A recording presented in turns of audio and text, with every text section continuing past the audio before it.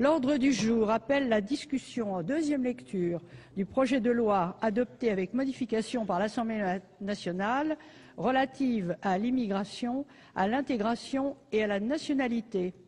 Dans la discussion générale, la parole est à Monsieur Claude Guéant, ministre de l'Intérieur, de l'Outre-mer, des collectivités territoriales et de l'immigration.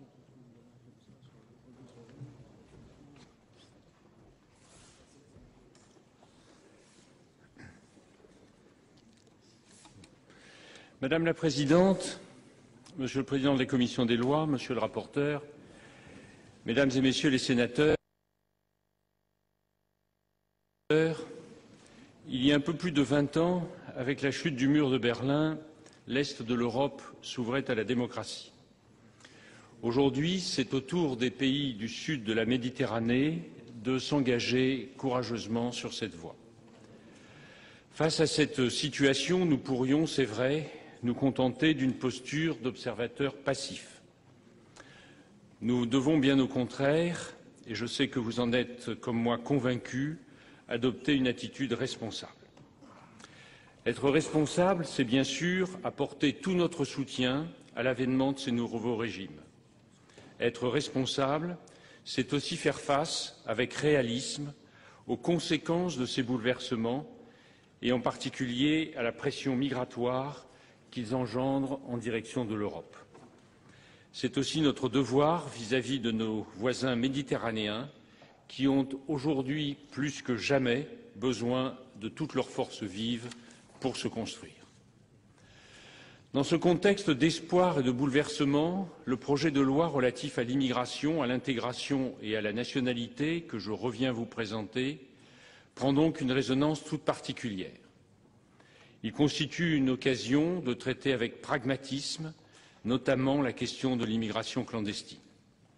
Nous devons saisir cette occasion avec résolution et rapidité, qui est entièrement tournée vers l'efficacité républicaine, concrète, exclusivement opérationnelle. Ces dispositions sont indispensables et attendues par les services qui se chargent jour après jour de lutter contre l'immigration clandestine. Rapidement, pour permettre la transposition intégrale de la directive communautaire Retour en droit français et mettre fin à son application partielle, consécutive à l'avis émis par le Conseil d'État le 21 mars dernier. Nous avons pris sur la transposition de cette directive le temps du débat parlementaire et donc de la réflexion démocratique. Nous pourrons passer à l'action. La qualité du travail fourni par votre commission des lois, et tout particulièrement par son président, Jean-Jacques Hyest, et son rapporteur, François-Noël Buffet, en est un bon augure. Les travaux préparatoires ont en effet permis d'opérer avec succès plusieurs rapprochements importants entre la position du gouvernement et la sensibilité propre de la Haute Assemblée. Permettez-moi d'abord de vous rappeler les grandes priorités de notre politique d'immigration. Ces priorités découlent tout simplement des deux grands principes qui fondent depuis 2007 notre politique d'immigration. Premier principe, tout étranger en situation irrégulière a vocation à être reconduit dans son pays, sauf situation particulière. Deuxième principe, un étranger qui est accueilli légalement sur notre territoire doit être bien accueilli. C'est le sens que nous donnons au concept d'intégration. Ces priorités se traduisent concrètement chaque année par des résultats que le gouvernement a à cœur de vous transmettre. Vous disposez ainsi depuis quelques jours du 7e rapport au Parlement sur les orientations de la politique migratoire. Au terme d'un travail minutieux d'agrégation des données, ce document fait notamment ressortir pour l'année 2009 une baisse du regroupement familial de 12%, une baisse de l'immigration professionnelle, qui du reste est probablement liée à la crise économique de 10%, et une hausse de l'immigration étudiante. Mais plutôt que de vous faire un exposé sur des données dont vous disposez déjà, je préfère mettre en valeur les priorités du gouvernement. La première de ces priorités, c'est la lutte contre l'immigration irrégulière. Vous le savez, depuis 2007, ce sont plus de 110 000 personnes qui ont été éloignées vers leur pays d'origine et plus de 102 000 qui ont été refoulées à la frontière. Grâce à la LOPSI, entrée en vigueur le 15 mars dernier, nous disposons désormais d'un cadre juridique clair et fiable pour les contrôles d'initiative dans la bande frontalière des 20 km, ainsi que dans les ports, gares et aéroports ouverts au trafic international. Je souhaite par ailleurs que nous assurions de la sécurité juridique de nos procédures d'éloignement. C'est pourquoi, sur ma suggestion, le garde des Sceaux a diffusé récemment aux procureurs généraux une circulaire incitant les parquets à utiliser plus fréquemment leur pouvoir d'appel suspensif des décisions des juges des libertés et de la détention, même si, naturellement, chaque affaire mérite un traitement au cas par cas. Cette procédure d'appel est le gage d'une meilleure régulation juridique des décisions des JLD. Le projet de loi soumis à votre examen facilite d'ailleurs la mise en œuvre de cet appel suspensif en accroissant de 2 heures le délai ouvert au parquet pour l'exercer. Il nous appartient aussi de tirer le meilleur parti des possibilités offertes par la technologie. Comme j'ai pu le constater à Nantes en visitant la sous-direction des visas, le déploiement des visas biométriques est désormais une réalité. En 2010, 50% des visas délivrés par la France étaient des visas biométriques. Il est tout à fait nécessaire que sur notre territoire, les services de police et de gendarmerie soient en mesure de tirer le bénéfice de ces progrès dans la lutte contre l'immigration irrégulière. C'est pourquoi, d'ici le mois de juin, 150 postes d'accès à la base de données VisaBio seront installés dans les services. La situation qui est constatée actuellement en Italie sur l'île de Lampedusa me conforte dans la volonté de mener avec détermination cette lutte contre l'immigration irrégulière. Et les résultats sont là. Entre le 23 février et le 6 avril, 1921 ressortissants tunisiens exactement, en situation irrégulière, ont d'ores et déjà été effectivement éloignés vers la Tunisie ou réadmis en Italie ou dans un autre pays européen. L'action que nous menons est strictement conforme au droit communautaire et aux conventions bilatérales conclues avec nos partenaires. À l'inverse, la France n'accepte pas les pratiques non coopératives et des instructions claires ont été données aux préfets et aux services de police et de gendarmerie pour que le respect des règles de Schengen soit scrupuleusement contrôlé. Je me suis rendu vendredi dernier à Milan pour rencontrer mon homologue italien. Nous nous sommes mis d'accord sur le principe d'une réponse concertée aux problèmes d'immigration clandestine que nous rencontrons depuis plusieurs semaines. Nous sommes convenus, par exemple, d'organiser, dans le cadre de Frontex, des patrouilles communes au large des côtes tunisiennes. Mais la solution durable contre l'immigration clandestine se trouve bien sûr dans un dialogue politique renouvelé avec les pays d'émigration. Nous devons, dans le cadre de l'Union européenne, apporter toute l'aide nécessaire aux pays de la rive sud de la Méditerranée, qui connaissent aujourd'hui une nouvelle ère de liberté. Nous devons les aider à aborder cette phase nouvelle de leur développement économique, mais nous devons aussi les convaincre que le règlement des questions migratoires est au cœur du partenariat que nous souhaitons nouer avec eux. C'est le message que j'ai porté hier encore à l'occasion de la réunion des 27 ministres de l'Intérieur européens qui se tenait à Luxembourg. Notre deuxième priorité, c'est la maîtrise de l'immigration régulière. Beaucoup déjà a été fait depuis 2007. Le regroupement familial a été réformé. Il ne représente plus que 15 000 titres de séjour par an, contre 25 000 avant la réforme. Parallèlement, et vous le verrez en lisant le rapport au Parlement sur les orientations de la politique d'immigration, l'immigration professionnelle a progressé, même si, comme je vous le disais tout à l'heure, en 2009, les effets de la crise économique ont été observés. Nous devons aujourd'hui nous poser la question d'une nouvelle étape dans la maîtrise de l'immigration légale. C'était le sens de mes propos de la semaine dernière et je ferai dans les prochains jours des propositions de réduction du nombre de titres de séjour délivrés chaque année. Notre troisième priorité, c'est celle de l'intégration. Certains s'interrogent sur les raisons pour lesquelles le gouvernement tient à maîtriser les flux migratoires. La raison, c'est que nous voulons que notre pays reste fidèle à lui-même, fidèle à ses valeurs, fidèle à la République. Notre capacité à accueillir n'est pas sans limite. La France est un pays ouvert, un pays généreux. Mais si nous voulons éviter les tensions, les préjugés, voire les risques de xénophobie, il faut que les flux migratoires soient maîtrisés, qu'ils restent à la mesure de notre capacité à les accueillir. Depuis 2003, près de 500 000 personnes ont signé un contrat d'accueil et d'intégration par lequel elles s'engagent à respecter les principes qui régissent notre République et à apprendre le français. Je souhaite, et le projet de loi va dans ce sens, que nous nous assurions que chaque étranger accueilli en France, et à plus forte raison chaque candidat à la naturalisation, dispose d'un niveau suffisant de maîtrise de notre langue. J'étais ce matin même dans le Val d'Oise avec votre collègue Hugues Portelli pour faire le point sur notre politique d'aide à l'apprentissage du français. J'ai rencontré à cette occasion les responsables associatifs de cette action. Je me suis aussi entretenu avec des migrants qui font cette démarche d'intégration. Leur exemple le prouve, maîtriser notre langue, c'est bien évidemment trouver plus facilement du travail et avoir plus de prise sur l'éducation de ses enfants. Enfin, notre quatrième priorité est de garantir la soutenabilité de notre système d'asile.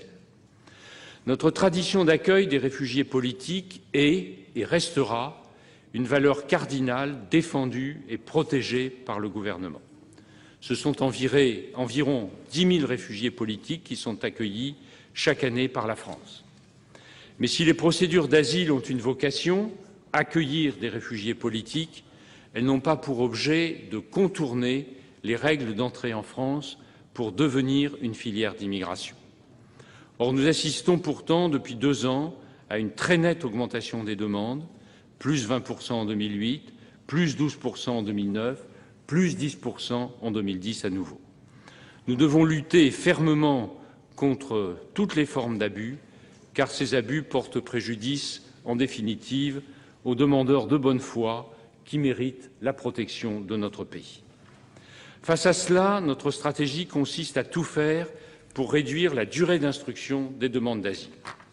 Cette réduction des délais est d'abord une garantie pour les véritables demandeurs d'asile, celle d'obtenir une réponse dans un délai raisonnable, mais elle doit aussi permettre d'éviter que, le temps passant, la demande d'asile ne soit détournée. Dans cet esprit, dès 2011, nous renforçons les moyens de l'OFPRA et de la Cour nationale du droit d'asile. Grâce à la loi de finances que vous avez votée et à des arbitrages complémentaires intervenus depuis par le Premier ministre, ce sont 40 postes qui sont créés à l'OFPRA et 50 à la Cour nationale du droit d'asile. Ces moyens supplémentaires doivent permettre de réduire la durée d'instruction des demandes d'une moyenne de 19 mois constatée en 2010, qui est tout à fait excessive, à une moyenne d'environ 1 an, et cela dès la fin de cette année. Le projet de loi, par ailleurs, apporte des améliorations procédurales qui poursuivent le même objectif. Le projet de loi dont nous débattons aujourd'hui apporte de nouveaux outils au service de cette stratégie d'ensemble. Le maître mot en est l'efficacité. Vous avez déjà examiné le texte en première lecture. Je me limiterai donc à un bref rappel de son contenu. Le projet, d'abord, inscrit dans notre droit national les innovations que nous avons promues à l'échelle européenne. Concrètement, il transpose 3 directives communautaires. Je souhaite m'arrêter principalement sur la directive Retour, qui donne un nouveau cadre juridique à notre politique d'éloignement des étrangers en situation régulière. Cette directive apporte 3 innovations majeures. Première innovation, la directive Retour pose le principe du délai de départ volontaire pour la mise en œuvre des mesures d'éloignement. Ce délai doit être compris entre 7 et 30 jours. Nous faisons le choix, dans le projet qui vous est soumis, de fixer cette durée à 30 jours par cohérence avec le régime actuel des obligations à quitter le territoire français. Mais ce délai de départ volontaire peut être refusé si l'étranger concerné représente une menace pour l'ordre public, si un titre de séjour lui a déjà été refusé pour fraude, ou encore s'il existe un risque qu'il tente de se soustraire à l'exécution de la mesure d'éloignement. C'est ce que l'on appelle le risque de fuite. Ce risque est présumé, par exemple, lorsqu'un étranger est entré irrégulièrement sur le territoire et qui n'a tenté aucune démarche administrative pour régulariser sa situation. Dans son avis du 21 mars dernier, le Conseil d'État a refusé que le risque de fuite puisse être invoqué par l'administration tant que le projet de loi ne serait pas adopté définitivement. Vos débats d'aujourd'hui et votre vote doivent donc permettre de donner toute sa portée à l'application de la directive Retour. Deuxième innovation, la directive Retour encadre davantage le régime de la rétention administrative en prévoyant que celle-ci n'est justifiée que lorsqu'une mesure moins coercitive ne suffirait pas. C'est pourquoi le projet vous suggère de créer une mesure d'assignation à résidence qui constitue une alternative à la rétention. Troisième innovation enfin, la directive Retour crée un dispositif d'interdiction de retour qui est à portée européenne. Cette mesure, qui peut accompagner la mesure d'éloignement, est entourée de nombreuses garanties. Elle doit être motivée, elle n'a aucun caractère systématique et l'autorité administrative peut en moduler la durée. Je rappelle enfin que dans une résolution de février 2007, le Sénat s'était prononcé sur ce dispositif, indiquant que l'interdiction de retour, je cite, constituerait un message fort de solidarité européenne en matière de lutte contre l'immigration illégale. Par ailleurs, le projet propose quelques ajustements juridiques en matière d'intégration et d'accès à la nationalité. Cela signifie d'abord faciliter l'accès à la nationalité française aux étrangers qui manifestent un parcours d'intégration exceptionnel. Pour ces personnes qui s'accomplissent dans les domaines civiques, scientifiques, économiques, culturels ou sportifs, nous proposons de créer une voie d'accès spécifique à la nationalité française en réduisant la condition de résidence de 5 à 2 ans. Cela signifie ensuite de s'assurer de l'adhésion à nos valeurs de tout étranger demandant à acquérir la nationalité française. Concrètement, le postulant à la naturalisation devra signer une charte des droits et devoirs du citoyen français. Les parlementaires, je le précise, seront dans l'esprit du gouvernement associés à la rédaction de cette charte. En outre, la maîtrise de notre langue serait évaluée de manière beaucoup plus objective qu'aujourd'hui, en s'inspirant des référentiels linguistiques qui sont en vigueur à l'échelon européen. Je voudrais revenir sur un autre volet du texte qui vous est soumis, le renforcement de l'efficacité de nos procédures d'éloignement. Je pense d'abord à la possibilité de créer, en cas de nécessité, des zones d'attente temporaires. Faire cela, c'est se préparer à faire face à des situations exceptionnelles pour que nos services puissent agir dans un cadre clair, juridiquement précis, plutôt que d'improviser au milieu d'un vide juridique. Chacun se souvient qu'en janvier 2010, 123 personnes d'origine kurde ont débarqué de manière inopinée sur une plage de Corse du Sud. Ce dispositif nous aurait été très utile. Il ne s'agit pas, bien entendu, de créer un régime d'exception, mais bien de donner un cadre juridique clair, celui des zones d'attente, à des situations exceptionnelles. La création de ces zones se fera dans le respect de tous les droits dont bénéficient habituellement les migrants dans les zones d'attente traditionnelles, portuaires ou aéroportuaires. Elle sera d'ailleurs limitée dans le temps à une durée maximale de 26 jours que votre rapporteur a souhaité introduire dans le texte. Je pense ensuite à l'allongement de la durée maximale de la rétention administrative de 32 à 45 jours. Cette mesure tient compte de deux réalités. Première réalité, la limite de 32 jours constitue un frein à la conclusion des accords de réadmission qui sont négociés au niveau communautaire. Deuxième réalité, l'allongement de la durée maximale de rétention administrative doit permettre d'accroître le nombre de délivrances des laissez-passer consulaires. En effet, le nombre de jours nécessaires à l'obtention du laissez-passer consulaire est souvent supérieur à 32. C'est le cas, par exemple, de la Chine, pour laquelle le délai moyen de délivrance du document s'élève à 35 jours, ou du Mali, pour qui ce délai moyen est de 38 jours. Lorsque l'on sait que l'absence de délivrance d'un laissez-passer consulaire représente la première cause d'échec des procédures d'éloignement, 34% des cas exactement, l'utilité de l'allongement de cette durée maximale apparaît de façon claire, me semble-t-il. J'ajoute que cet allongement peut paraître raisonnable, puisqu'avec une durée de 45 jours, la France conservera la durée de rétention la plus faible d'Europe. Depuis que vous l'avez adopté en première lecture, le texte a évolué. La principale évolution du texte, c'est que le gouvernement a fait le choix de privilégier les mesures efficaces sur les mesures symboliques.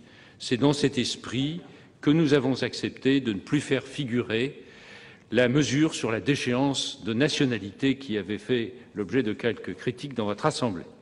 Elle n'était qu'une des 75 mesures prévues par le projet de loi et ce choix, je crois, est un signe, s'il en était besoin, de l'attention que le gouvernement apporte aux positions exprimées par le Sénat. Votre commission des lois elle-même a apporté une contribution tout à fait significative au texte en discussion. Je l'ai dit, le travail est mené conjointement entre le gouvernement et votre rapporteur a permis de dégager des positions communes sur plusieurs sujets. Je pense au statut des zones d'attente temporaire que j'évoquais à l'instant, à l'incrimination pénale du mariage fondé sur une fraude au sentiment ou encore sur la lutte contre le travail des étrangers sans titre. Je voudrais également saluer la démarche de votre président de la commission des lois, Jean-Jacques Hyest, et de votre rapporteur, François-Noël Buffet, qui ont pris l'initiative de clarifier la rédaction de l'article 17 ter sur les étrangers malades. Notre objectif est clair. Nous voulons simplement éviter que l'assurance maladie ne porte la responsabilité de financer les carences des systèmes de protection sociale des autres pays. Nous voulons appliquer à la lettre la loi du 11 mai 1998, mais nous récusons l'interprétation qu'en a fait le Conseil d'État depuis avril 2010. Je reconnais toutefois que la rédaction qui vous était proposée en première lecture était sans doute ambiguë. La rédaction qui est proposée par votre rapporteur et le président de votre commission des lois est indiscutablement meilleure, elle est plus claire.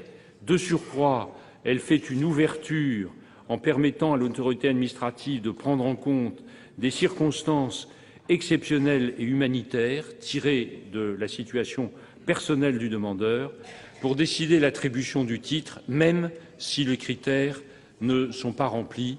Et je crois que c'est faire œuvre salutaire que d'ouvrir ainsi les possibilités d'attribution du titre. Je crois que nous parvenons là à un équilibre acceptable par tous et je dis d'emblée que le gouvernement soutiendra l'amendement de messieurs Hyest et Buffet. Je voudrais, pour terminer, vous dire quelques mots de la réforme du contentieux de l'éloignement. Votre commission des lois a validé le principe de la réforme visant à rétablir l'ordre logique des interventions respectives du juge administratif et du juge judiciaire.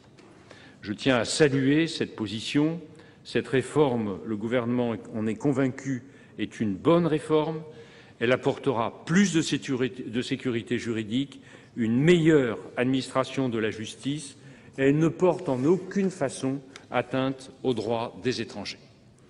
Il demeure toutefois une nuance entre la position du gouvernement et celle de votre commission des lois. Celle-ci limite à 4 jours le délai d'intervention du juge des libertés et de la détention, alors que le projet du gouvernement prévoyait un délai de 5 jours. En réalité, dans notre esprit, ce délai correspond au temps nécessaire pour que le juge administratif puisse se prononcer sur le recours déposé par l'étranger. Dans l'esprit du gouvernement, les 5 jours se décomposent de la manière suivante: 48 heures pour que l'étranger dépose son recours devant le juge administratif et 72 heures pour que celui-ci statue. Il y aurait donc 2 manières de passer de 5 jours à 4 jours. Première option, réduire de 24 heures le délai de recours, mais cette option ne paraît pas raisonnable car elle constituerait un retour en arrière au détriment de l'expression des droits des étrangers concernés. Elle présenterait un fort risque d'inconstitutionnalité de surcroît, puisqu'elle porterait atteinte au principe du droit à un recours effectif. Seconde option, réduire de 24 heures le temps imparti au juge pour statuer, qui ne disposerait alors plus de 72 heures, mais de 48 heures. Le gouvernement pense que cette hypothèse n'est pas tout à fait satisfaisante, et pour plusieurs raisons. Compte tenu du volume du contentieux des étrangers, le respect du délai de 72 heures par les juges administratifs nécessite déjà, à l'heure actuelle, des efforts importants. Or, le projet de loi, il faut bien en avoir conscience, de façon mécanique, va accroître le nombre de recours devant le juge administratif. À partir du moment où il sera le premier juge appelé à se prononcer, il est inévitable que davantage d'étrangers souhaiteront le solliciter. Aujourd'hui, seule une mesure d'éloignement sur 6 est contestée devant le juge administratif, probablement parce que beaucoup d'étrangers anticipent qu'ils seront d'abord présentés au juge des libertés et de la détention et que c'est donc devant ce juge qu'ils doivent faire valoir leurs arguments. En outre, avec le projet de loi, le juge administratif est le seul juge compétent pour contrôler des innovations, l'interdiction de recours et une voie de recours accélérée est créée devant lui sur la légalité du placement en rétention. Tout cela doit normalement conduire les étrangers à saisir plus fréquemment le juge administratif. En outre, chacune de ces requêtes sera elle-même plus complexe à juger. De cela aussi, il faut avoir conscience, car elle portera sur un nombre plus élevé qu'auparavant de décisions administratives. Le projet de loi crée l'interdiction de retour, impose au préfet de prendre une décision sur l'octroi ou non du délai de départ volontaire et amène le juge à se prononcer plus systématiquement sur la légalité du placement en rétention. Au total, le juge administratif n'aura pas moins de 5 décisions administratives à juger lorsqu'il sera saisi. Il lui sera donc très difficile de se prononcer en 48 heures au lieu des 72 actuels. Le juge risque dans ces conditions de se prononcer hors délai, ce qui réduirait à néant notre stratégie visant à ce qu'il statue avant le juge judiciaire. Je me permets d'ajouter une autre considération qui est très pratique. Réduire le délai de jugement à 48 heures, cela revient pour un recours déposé le vendredi à imposer de statuer pendant le week-end. Cela n'est pas forcément très facile à faire fonctionner la justice dans des conditions sereines. De même, le système des 4 jours pose d'autres questions d'organisation qui sont très concrètes mais très difficiles. Compte tenu d'un délai de jugement très contraint, le tribunal administratif organiserait son audience quelques heures seulement avant que le juge des libertés et de la détention n'organise lui-même son audience. Si les 2 juges ne siègent pas dans la même ville, ce sera très difficile de présenter l'étranger dans des conditions matériellement satisfaisantes devant ces 2 juges administratifs et judiciaires. C'est pour toutes ces raisons que les vice-présidents du Conseil d'État successifs se sont explicitement prononcés en leur qualité de président du Conseil supérieur des tribunaux administratifs, je le précise, et non pas en leur qualité juridictionnelle, en 2003 et en 2006 pour un délai de jugement de 72 heures. Je voudrais aussi souligner que le report à 5 jours de l'intervention du JLD ne constitue pas une atteinte excessive au droit de l'étranger à être présenté à un juge. Même après la réforme, la France n'aurait rien à envier en termes de droits des étrangers à un recours effectif à ses principaux partenaires. Il faut bien sûr limiter les comparaisons aux pays qui, comme la France, ont un système de dualisme juridictionnel, mais nous évoquerons sans doute ces questions dans le courant des débats. Vraiment, la France continuera à se présenter dans d'excellentes conditions par rapport à ce partenaire. Bref, vous l'avez compris, aux yeux du gouvernement, le report à 5 jours de l'intervention du juge des libertés et de la détention constitue une réforme proportionnée aux objectifs poursuivis, qui sont de renforcer la sécurité juridique des procédures et d'assurer une meilleure administration de la justice. Et c'est cette option que le gouvernement vous demande de bien vouloir retenir. Voilà, Madame la Présidente, Monsieur le Président de la Commission des lois, Monsieur le rapporteur, Mesdames et Messieurs les sénateurs, ce que je souhaitais partager avec vous cet après-midi. Avec ce projet de loi, le gouvernement a un objectif simple et clair: apporter des réponses républicaines, concrètes, opérationnelles aux défis auxquels est confrontée aujourd'hui notre politique d'immigration. Car nous n'avons qu'une ambition: mener une politique d'immigration ferme à l'endroit de celles et de ceux qui ne respectent pas la loi de la République, mais aussi humaine, c'est-à-dire respectueuse des droits et de la dignité des personnes et accueillante pour les étrangers que nous autorisons à séjourner. C'est à cette condition que nous parviendrons à consolider l'équilibre de notre communauté et notre cohésion sociale. Je vous remercie. Merci, Monsieur le Ministre. La parole est à Monsieur François-Noël Buffet, rapporteur de la Commission des lois.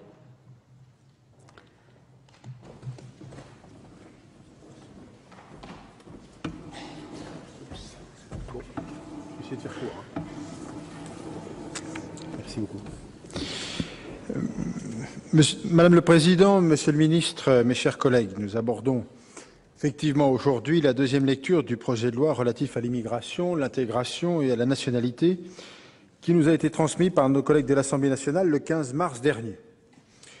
Je vous propose d'abord d'évoquer en quelques mots les points sur lesquels nous sommes parvenus à ce stade avec l'Assemblée nationale à un accord. Je dois dire que ces accords sont nombreux et concernent quelques-uns des aspects essentiels de la réforme.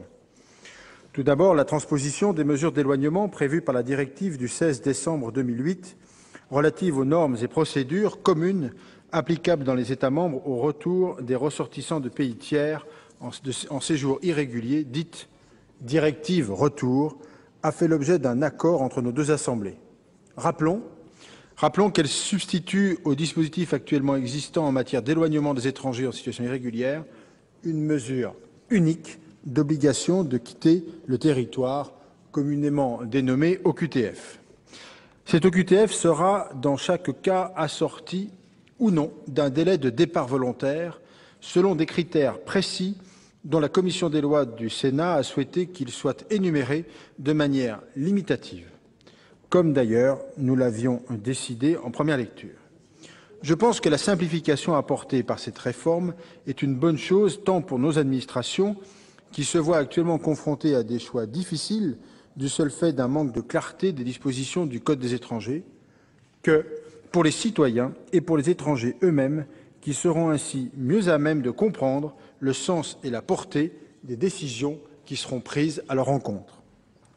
Je note par ailleurs que les députés ont accepté de revenir, comme nous l'avions souhaité, à une interdiction de retour non automatique, mais décidée par le préfet, en tenant compte de manière approfondie de la situation personnelle de l'étranger et de ses liens éventuels avec notre pays.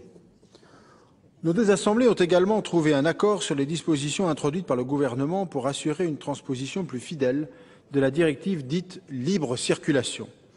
Il sera désormais écrit expressément dans le Code des étrangers que seule une menace réelle, actuelle et suffisamment grave pour un intérêt fondamental de la société pourra justifier qu'un ressortissant communautaire soit éloigné de notre territoire. Il est également précisé que l'autorité administrative devra tenir le plus grand compte de la situation de l'intéressé avant de prononcer une telle mesure. Voilà qui, de notre point de vue, devrait enfin apaiser le débat relatif aux garanties dont bénéficieraient ou ne bénéficieraient pas les ressortissants bulgares ou roumains. Nous avons par ailleurs trouvé un accord sur une partie du dispositif relatif aux zones d'attente dites ad hoc. Celles-ci permettront de prendre en charge, dans de bonnes conditions, des arrivées de groupes de personnes en dehors des points de passage frontaliers, en les faisant bénéficier des droits afférents aux zones d'attente dites ordinaires. Restent cependant, sur ce sujet, quelques points de divergence avec l'Assemblée nationale que nous évoquerons dans quelques instants.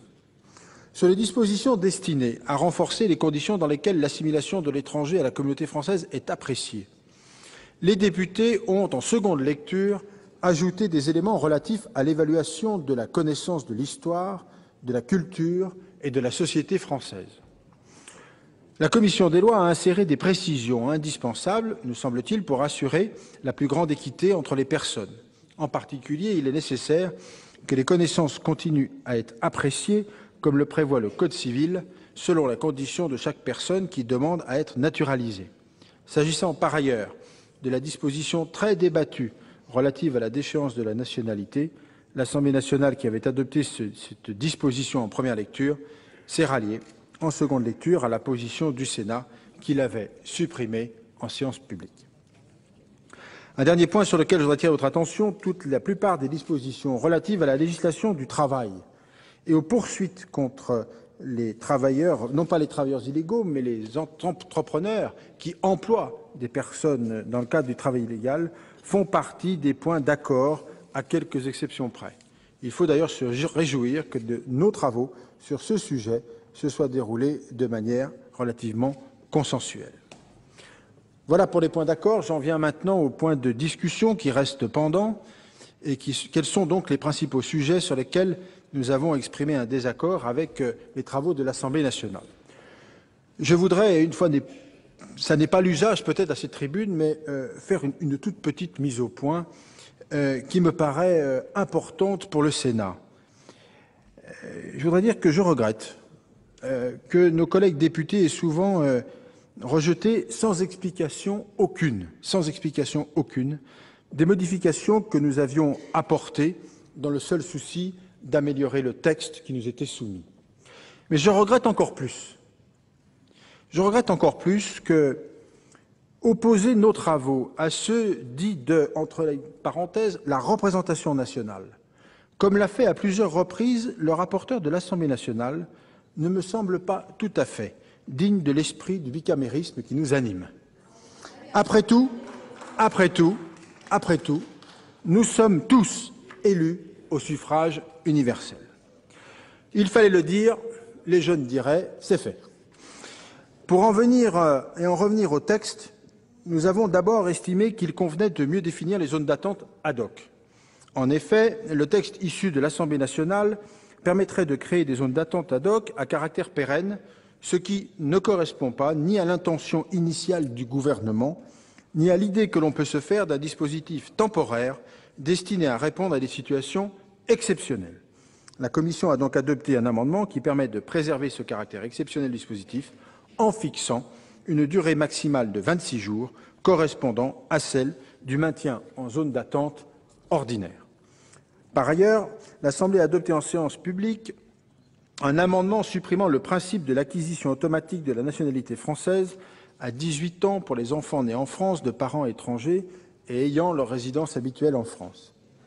Sans avoir à se prononcer sur le fond, une telle disposition qui constitue une mesure nouvelle sans lien direct avec une disposition du texte en discussion, puisqu'elle concerne l'acquisition automatique de la nationalité française et non la naturalisation ou l'acquisition par déclaration, ne satisfait pas à la règle de l'entonnoir et présente pour cette raison un véritable risque d'inconstitutionnalité, dura lex sed lex, mais c'est pourquoi votre commission l'a écarté. La commission a également rejeté la modification des dispositions en vigueur relatives au séjour des étrangers gravement malades. La volonté de revenir à l'état antérieur à une jurisprudence qui nous paraissait excessivement libérale du Conseil d'État semble toutefois légitime. C'est la raison pour laquelle, comme Monsieur le ministre, vous l'avez rappelé il y a quelques instants, la Commission a adopté un amendement ce matin visant à rédiger de nouveau l'article 17 ter en fixant bien les objectifs qui sont souhaités par les uns et par les autres, à savoir tout en tenant à la volonté d'avoir une action à caractère humanitaire et en préservant bien sûr sur notre territoire ceux qui sont des étrangers qui sont les plus gravement malades, pouvoir tout de même affirmer un principe de fermeté afin de ne pas avoir à gérer un certain nombre de déviances du dispositif. Concernant l'incrimination des mariages gris, les députés n'ont pas suivi le Sénat qui avait remplacé celui-ci dans le cadre du droit et de l'échelle des peines en vigueur. La Commission a rétabli la rédaction votée par le Sénat en première lecture. S'agissant du droit d'asile, notre Commission a exprimé son désaccord également avec l'Assemblée nationale sur un certain nombre de dispositions. Ce droit constitue tant une tradition nationale qu'une obligation constitutionnelle et conventionnelle. Il faut par conséquent en préserver son effectivité. C'est pourquoi la Commission est à nouveau revenue sur la suppression pure et simple de l'aide juridictionnelle en procédure de réexamen, de manière à ce que seules soient concernées les personnes qui ont pu faire leur demande dans de bonnes conditions, c'est-à-dire après avoir été précédemment entendues par l'OFPRA ainsi que par la Cour nationale du droit d'asile, assistées par un avocat désigné au titre de l'aide judiciaire. Enfin et surtout, le débat reste ouvert sur la difficile question du contentieux des mesures d'éloignement. Au délai de 5 jours pour l'intervention du juge des libertés et de la détention, saisi par le préfet pour prolonger la rétention administrative, la commission des lois a préféré, sur proposition de notre président Jean-Jacques Hyest, un délai de 4 jours. Bien que ce délai n'ait pas été expressément validé par le Conseil constitutionnel, il semble en effet déjà en vigueur. Ce délai est en effet déjà en vigueur pour les zones d'attente. Le risque de censure semble donc le moindre, d'autant que la Commission vous proposera également de prévoir que le juge administratif doive se prononcer sur les décisions prises par le préfet à l'encontre de l'étranger dans le même délai de 4 jours.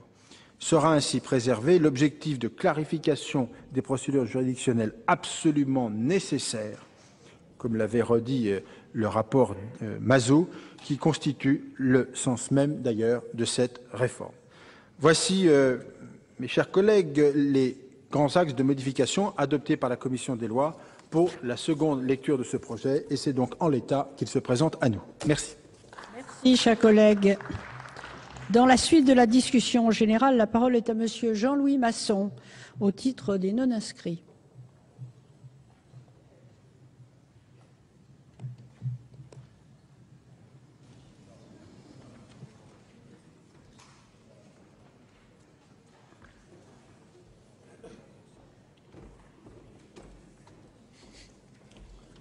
Madame le Président, Monsieur le Ministre, chers collègues,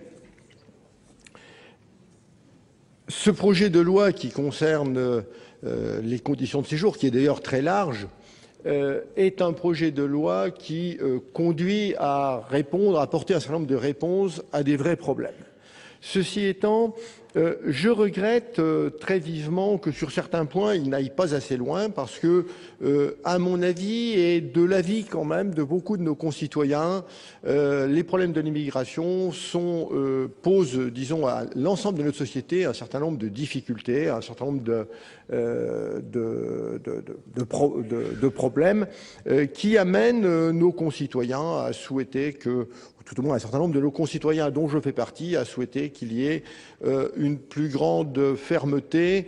Et je crois que les récents résultats des élections, que ce soit les cantonales ou d'autres élections, montrent que nos citoyens qui se lèvent tous les matins pour aller travailler, etc., eh bien, souhaiteraient qu'à un moment donné, la société française tienne compte avant tout des problèmes des gens qui habitent en France, plus que des problèmes des gens qui veulent venir, qui malgré nos lois, veulent venir sur le territoire français. Donc, pour ma part, certaines de ces dispositions me paraissent pertinentes. Par contre, je ne suis pas tout à fait d'accord sur l'esprit qui a prévalu à cette loi, enfin, au dépôt de ce projet de loi, parce que on assiste actuellement à une sorte d'instrumentalisation à des fins politiques ou politiciennes d'un certain nombre de dossiers, de problèmes qui mériteraient d'être traités plus sérieusement, que ce soit plus sérieusement dans le sens de l'assouplissement ou plus sérieusement dans le sens du durcissement, comme je le souhaite. On a à peu près chaque année 1 ou 2 textes sur la délinquance, sur l'immigration, etc. Et je pense que nos concitoyens commencent à en avoir par-dessus la tête.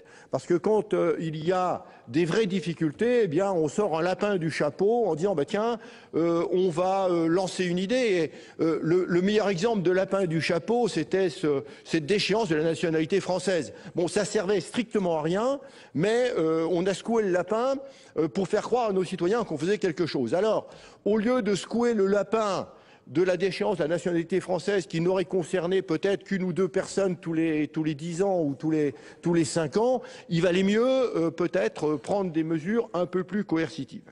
Alors, je crois que là, c'est tout le problème d'ailleurs qui est posé de l'action du gouvernement et du président de la République depuis quelques années, parce qu'on assiste parfois au dévoiement de problèmes de fond qui mériteraient d'être traités sur des règles de fond, sur une base de fond, et qui sont systématiquement instrumentalisés dans une logique politicienne. Et pour ma part, je le dis bien, je suis partisan d'un durcissement de la loi sur tout ce qui concerne l'immigration et dans un certain nombre de dossiers. Par contre, je suis radicalement hostile à ces gesticulations politiciennes auxquelles on assiste continuellement au niveau de la gestion de la France actuellement. Et d'ailleurs, le résultat des dernières élections cantonales devrait faire réfléchir un certain nombre de personnes et au plus haut niveau de l'État. Merci, chers collègues. La parole est à Madame Anne-Marie Escoffier pour le groupe du Rassemblement démocratique social européen.